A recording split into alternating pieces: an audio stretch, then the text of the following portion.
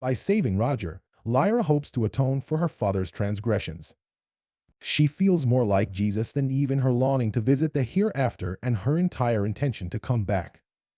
This episode relates the tale of what transpires when a man who always assumes he has the upper hand meets a woman who truly does.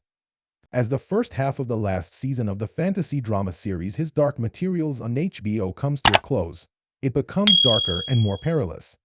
A sequence of experiences that Lyra and will go through put their mettle to the test in a way they had never seen before. Lyra's father is fighting the authority, but there are forces at work in the background that are complicating matters even further. Additionally, Lyra's parents are contrasted well in the third and fourth episodes, prompting us to reevaluate which of them is the decent guy. The protagonist's futures are even more ambiguous by the fourth episode's conclusion. In order to repair Sahiater, Lyra and will visit Irek Bernison's realm. They then need to pick where they want to go after that. Lyra has made up her mind to visit the land of the dead in order to locate Roger and assist him. Will desires to carry out his father's wish and give Asriel the knife so that he might aid him in his struggle against the authority. He ultimately chooses to travel with Lyra on her adventure. They are, however, confronted with some really difficult choices once they find themselves in the strange new world.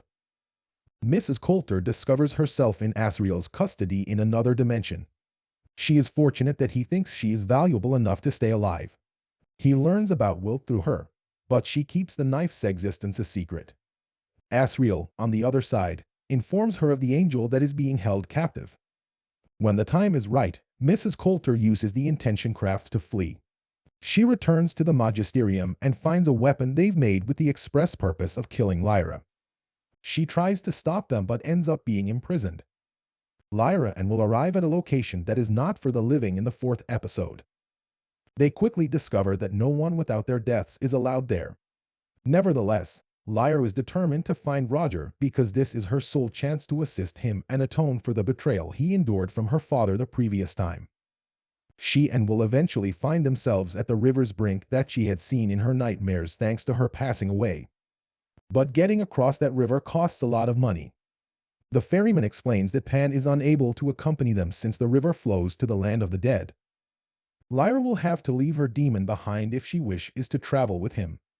For them, it is an impossibility because being apart would be fatal.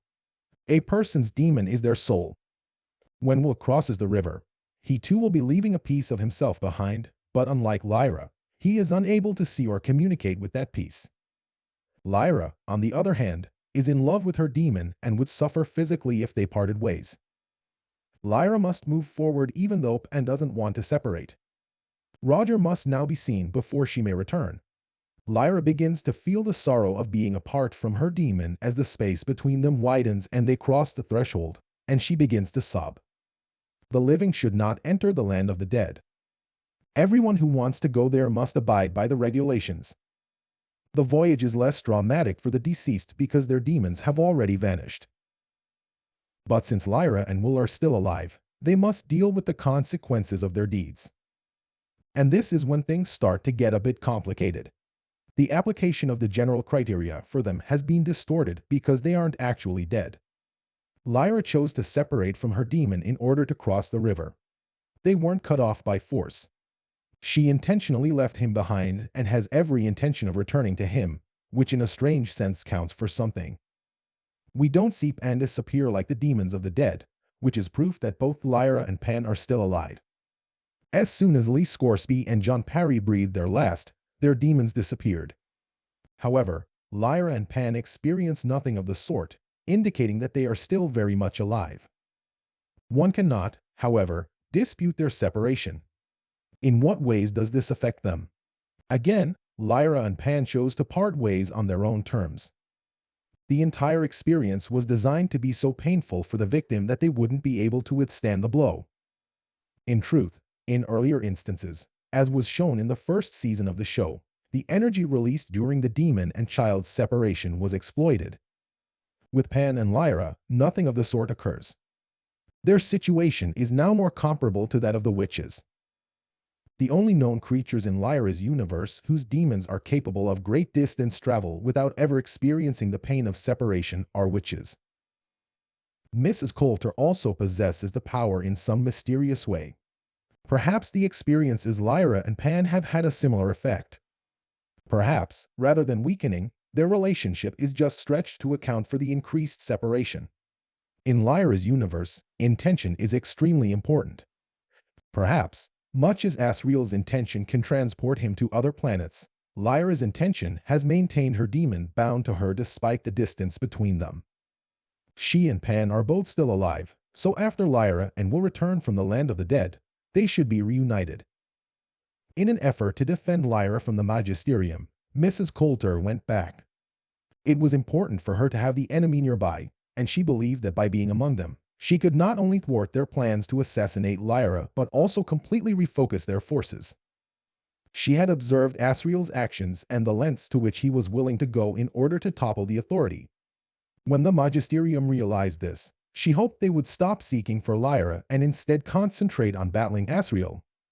She was demonstrably wrong in the end. As it turns out, Father MacPhail has devoted his life to the goal of destroying the New Eve and cleansing the world of sin. He is assisted in doing so by the new weapon, and Mrs. Coulter unwittingly contributes the final element to the puzzle. Mrs. Coulter maintained a lock of Lyra's hair on her necklace at all times since the weapon needed something of her to be directed against her. She cuts off some of the hair, but some is still there. The only thing needed to fire the weapon is fuel. It turns out that the energy generated by a person's separation from their demon will satisfy that requirement. Father MacPhail decides to use Mrs. Coulter's severance energy for the weapon once she is in their grasp. Mrs. Coulter is last seen sitting in a detention cell, anticipating being punished. She currently appears to have no escape route, but remember that this is Mrs. Coulter. She was in charge of the specters and used them to frighten her own demon. If anyone can survive a near-death experience, it's her. Lord Roke is still on the loose, thus the situation is slightly in her favor. Conveniently, he had vanished just as the Magisterium's men were about to capture Mrs. Coulter. He will find a way to assist her given how little and cunning he is. There is no telling what she can do once she is freed from her restraints. She had promised to destroy her previous employers, so it wouldn't be shocking to see her detonate a few structures. Whatever happens, Mrs. Coulter won't be overpowered just yet, it is safe to say. While Mrs. Coulter awaits intercision at the hands of the Magisterium, who intend to use her severance to trigger a bomb to kill Lyra, Will and Lyra are off to find Roger in a place from which everyone keeps telling them they won't be able to return. Meanwhile, Asriel has just destroyed an angel to attract Metatron's attention and escalate his war. It's perilous, it's thrilling, and, most significantly, it feels like it matters now after these emotionally charged moments.